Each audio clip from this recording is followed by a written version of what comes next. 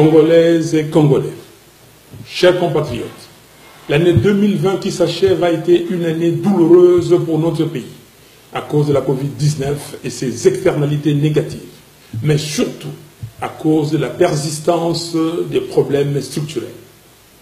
Une fois de plus, je présente mes sincères condoléances à tous ceux qui ont perdu des êtres chers, soit du fait de la Covid-19, soit en raison de la misère, l'insécurité et les guerres qui sévissent dans notre pays. Je soutiens dans la prière tous ceux qui sont malades et je souhaite un prompt rétablissement à tous ceux qui sont convalescents. Je prie Dieu Tout-Puissant pour que l'année 2021 soit meilleure pour tous. Mes chers compatriotes, face à la théâtralisation de la vie politique observée tout au long de ces 2 dernières années, permettez-moi de rappeler brièvement la mission du service public et l'essence de l'engagement politique. En effet, le service public vise ni plus ni moins la satisfaction de l'intérêt général et l'engagement politique y rattaché doit être conçu comme un sacrifice au nom de l'intérêt supérieur de la nation. Le fondement même de cet engagement, c'est le pacte social noué avec le souverain primaire, auprès duquel on obtient un mandat en bonne et due forme, de manière à améliorer son vécu quotidien et lui donner la chance de rêver dans son propre pays. Cela implique, de la part de l'homme ou de la femme politique engagée, non seulement des aptitudes, du caractère, de la rigueur et de la discipline, mais également l'oubli de soi et un sens élevé du bien commun. Mes chers compatriotes, si je me suis engagé en politique après une carrière professionnelle accomplie, c'est avant tout par patriotisme et sens du devoir, avec l'idée forte d'apporter ma modeste contribution au développement de mon pays. C'est aussi et surtout parce que j'aime mon pays et mon peuple. Je crois en la méritocratie et je crois en l'expertise pour résoudre le problème multidimensionnel et complexe auquel fait face notre pays. Car, in fine, c'est bien de cela qu'il s'agit. Apporter des solutions concrètes aux problèmes quotidiens de la population congolaise. Mes chers compatriotes, en toute franchise, avez-vous aujourd'hui l'impression que vos conditions de vie s'améliorent? Existe-t-il réellement un pacte social conclu entre vous et ceux qui se sont imposés comme dirigeants? Est-ce que vous pouvez véritablement regarder vos enfants dans les yeux avec la certitude qu'ils auront accès à plus d'opportunités demain? Est-ce que le système éducatif de votre pays est plus au sérieux par l'État? Au vu de massacres qui se multiplient particulièrement dans la partie est de notre pays, vous sentez-vous réellement en sécurité dans votre propre pays? En cette fin d'année, chacun de vous, chers compatriotes, doit pouvoir se poser ces questions, loin des considérations et passions partisanes, mais dans un esprit patriotique. La question fondamentale étant celle de savoir, 60 ans après son indépendance, où va notre pays? Mes chers compatriotes, le développement ne se nourrit pas de slogans. La croissance économique ne s'appuie pas sur des promesses. Le taux du franc congolais sur le marché d'échange ne s'ajuste pas en fonction des déclarations de bonnes intentions. L'effectivité de la gratuité de l'enseignement ne se décrète pas. Elle se planifie et elle se vit. La lutte contre la corruption n'est pas la mise aux arrêts de manière théâtrale de quelques individus pour jouer sur la perception. En somme, la bonne gouvernance est une affaire de substance. Car on ne bâtit pas une nation forte sur le mensonge et du superficiel. Si l'on se réfère purement aux chiffres et que l'on se base sur les données empiriques, la situation de notre pays s'est encore considérablement dégradée durant les 2 dernières années. À l'heure où je vous parle, la RDC est presque en cessation de paiement. Autrement dit, le pays n'a pas d'argent pour payer ses créanciers, internes et externes. Et surtout, il est incapable de réaliser des investissements productifs. Les niveaux des réserves de change de la Banque centrale ne représentent que 2 semaines d'importation de biens et services. Curieusement, au même moment, on observe des dépassements budgétaires dans toutes les institutions. Concrètement, cela signifie que, derrière le marketing politique d'une supposée lutte contre la corruption, les caisses de l'État sont saignées à blanc par un groupe d'individus venus dans une logique d'enrichissement illicite. Pendant que les autres nations du monde, y compris certains pays africains, ont mis sur pied une batterie de mesures pour la prise en charge de leurs citoyens, de leurs ménages et de leurs entreprises afin d'atténuer les effets économiques et sociaux néfastes de la pandémie de Covid-19. En RDC, les citoyens sont abandonnés à leur triste sort. Entre-temps, au moins 40 millions de Congolais souffrent d'insécurité alimentaire. Cela signifie que le pays, qui possède la 2e plus grande superficie de terres arables au monde, après le Brésil, est incapable de nourrir 40% de la population en 2020. Au même moment, plus de 6 millions de Congolais sont des déplacés internes dans leur propre pays.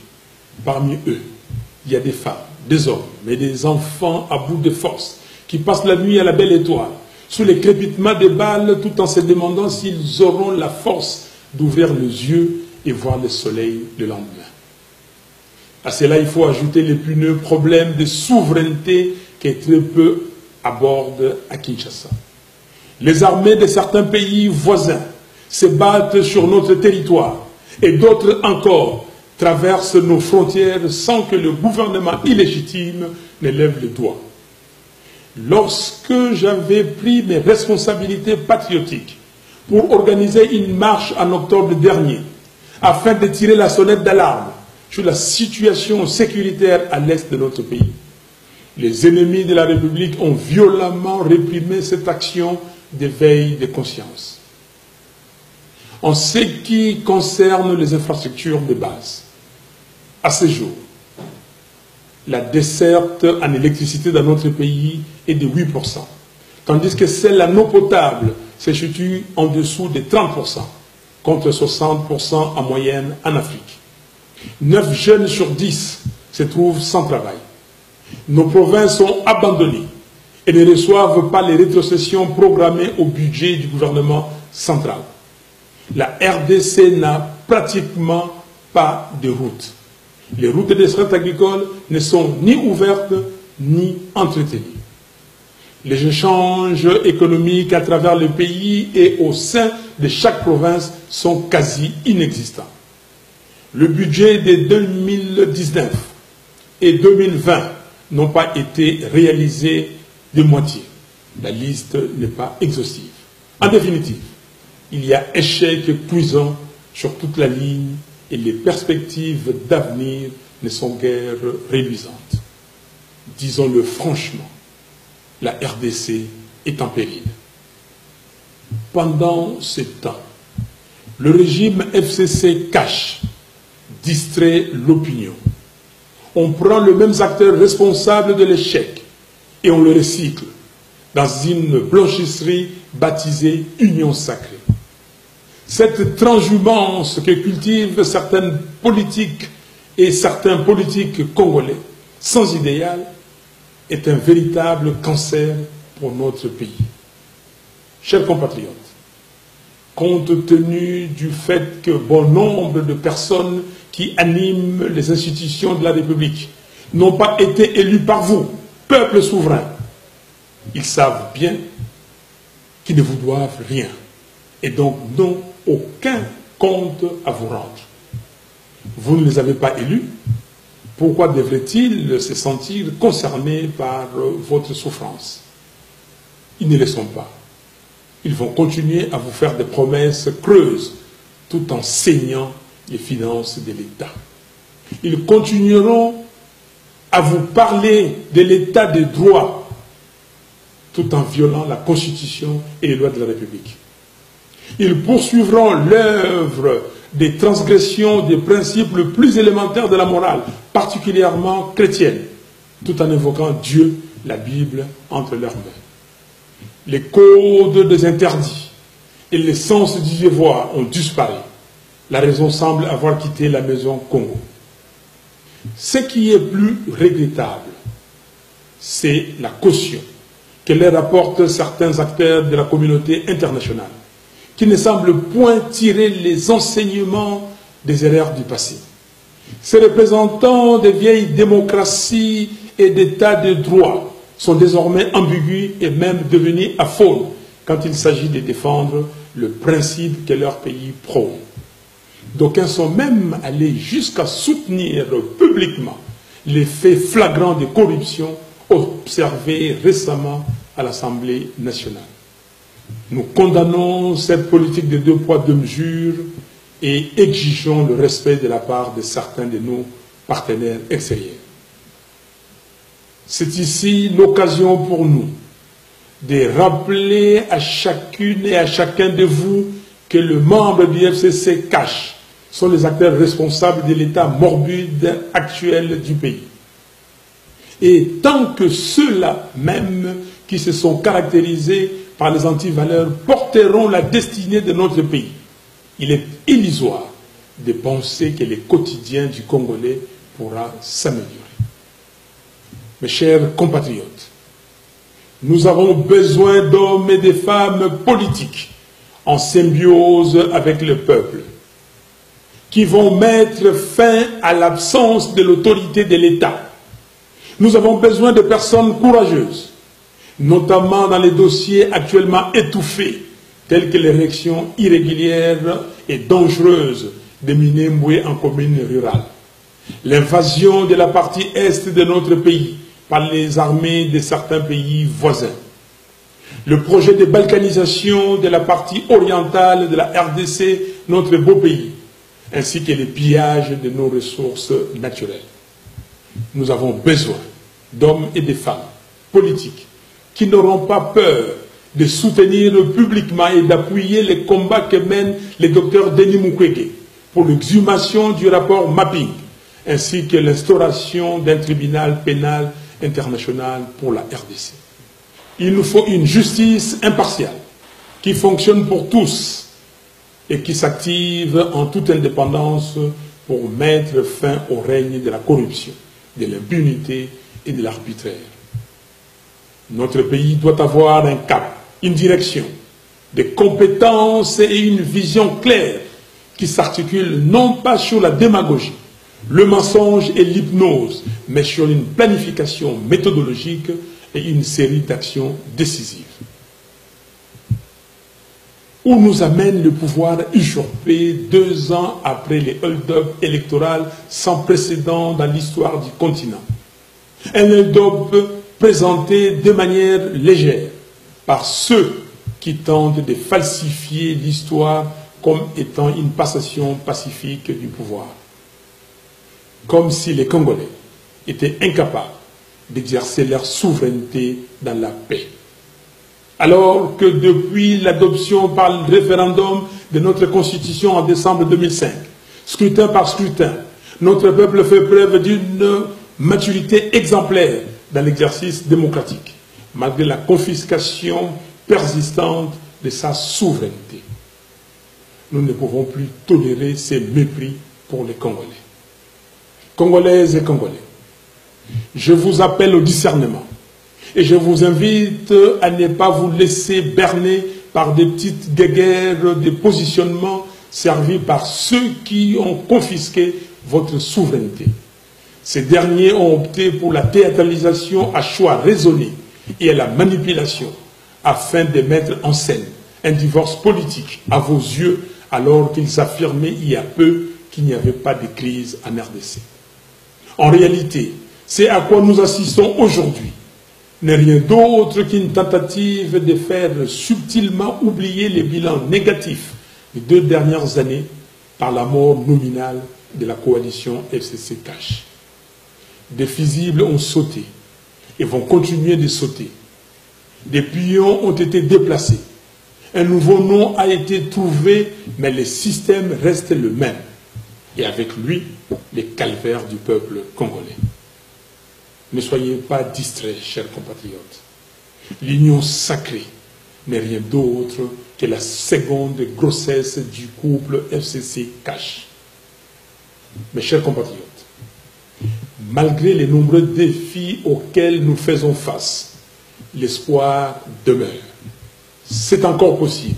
Oui, je suis convaincu que c'est encore possible de relever le défi, de faire du Congo un pays fort, digne et prospère. Comme l'avait dit Alain Moloto, je cite, c'est encore possible de tout refaire et de voir venir de beaux jours pleins de gloire, d'écrire une nouvelle page en couleur d'espoir. C'est encore possible de renaître. Fin de citation. Mon optimisme à ce sujet est sans faille, parce qu'il se nourrit de la force d'esprit des Congolaises et des Congolais.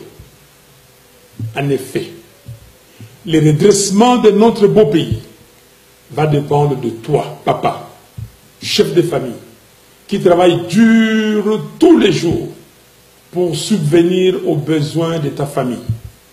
Cela va dépendre de toi, maman, qui travaille tout aussi dur, si ce n'est plus dur, pour subvenir aux besoins de ta famille. Cela va dépendre de toi, jeune homme, qui cherche du travail, mais qui bute contre le manque d'opportunités d'emploi et contre le chômage des masses. Cela va dépendre de toi, jeune fille, pleine de rêves, malheureusement obscurcis par le manque de vision et la avidité des politiciens corrompus et égoïstes. Cela va, en définitive, dépendre de notre capacité collective à dire non, à dire stop à la complaisance, à dire trop c'est trop, il faut que ça s'arrête. Et il est temps qu'une alternative crédible prenne le dessus sur la médiocrité et la cupidité. Nous pouvons faire mieux, nous devons faire mieux. Pour y arriver, il est primordial de rétablir le peuple congolais dans sa souveraineté. Il est impératif d'obtenir une réelle alternative politique démocratique qui soit porteuse d'un véritable changement. Ainsi, la crise multiforme née du hold-up électoral de décembre 2018 ne peut se résorber que par de nouvelles élections justes, transparentes et crédibles. C'est pourquoi, devant l'histoire et devant les Congolaises et Congolais, j'en appelle au bon sens de toutes les forces en présence. Évitons de répéter les mêmes erreurs qui, depuis 1960, ont plongé notre pays dans un cycle de crise perpétuelle de légitimité. Gardons à l'esprit notre loi fondamentale. Celle-ci renseigne dans son exposé des motifs que tout le temps que les institutions de la République et leurs animateurs seront illégitimes, la RDC restera engluée dans des crises politiques récurrentes qui plombent sa stabilité et son développement. Il ne s'agit pas d'une hypothèse, mais d'un constat.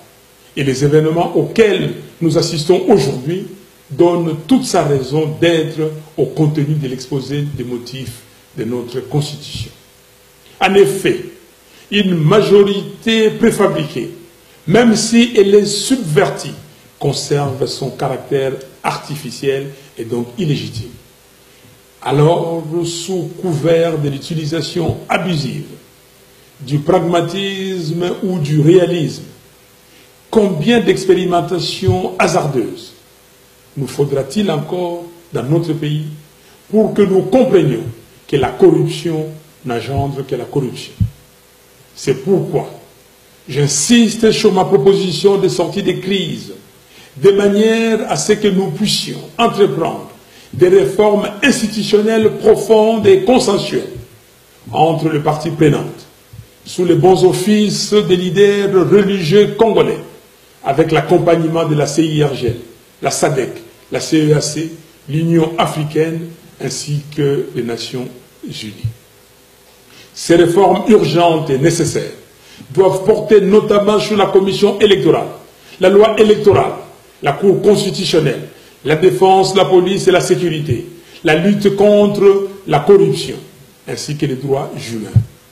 Nous devons redonner la parole au peuple en organisant de nouvelles élections anticipées, présidentielles, législatives nationales, législatives provinciales, sénatoriales, présidents des assemblées provinciales et gouverneurs des provinces. C'est dans la mise en œuvre de cette proposition que se situe précisément notre responsabilité historique commune. Toute autre voie n'apportera que des solutions cosmétiques, reposant sur le mensonge, la corruption et la manipulation, sans résoudre la question des fonds qui est celle de la crise de légitimité des institutions et de leurs animateurs.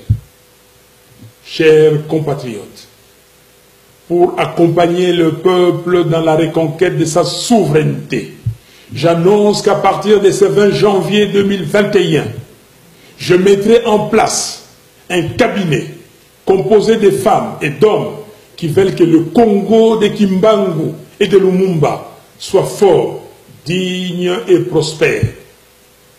Pour mériter le respect et l'honneur des générations futures, nous allons accentuer notre combat par des voies et moyens démocratiques afin de restituer au peuple son pouvoir de choisir librement ses dirigeants. La vérité des urnes. Que personne ne vous impressionne ou ne vous fasse douter du pouvoir qui est le vôtre. La souveraineté vous appartient. J'en profite pour dire à toutes celles et à tous ceux qui, partout dans notre pays, se sentent délaissés par le pouvoir des fêtes de Kinshasa, que votre commandant est avec vous. Je ne vous abandonnerai jamais. La RDC, c'est les 2 345 410 km² que composent ces 26 provinces. Et c'est près de 90 millions d'habitants dans toute leur diversité.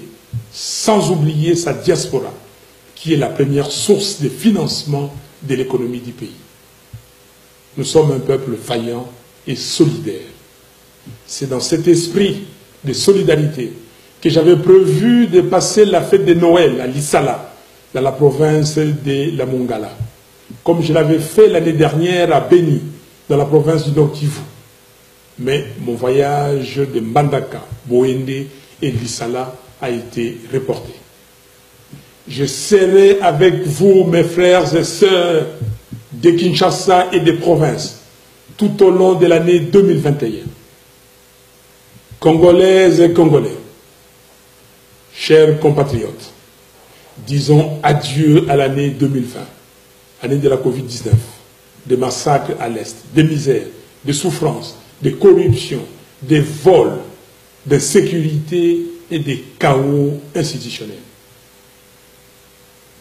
À vous que Dieu a préservé et à qui il a donné la vitalité pour être des acteurs privilégiés du changement de notre pays.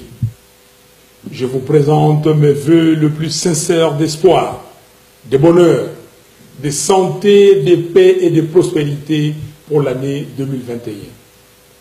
Pour terminer, j'aimerais vous rappeler, chers compatriotes, que si l'histoire de notre pays nous a légué un héritage, c'est l'unité nationale. Conservons-le précieusement. Que Dieu vous bénisse, que Dieu bénisse la RDC, notre pays. Je vous remercie.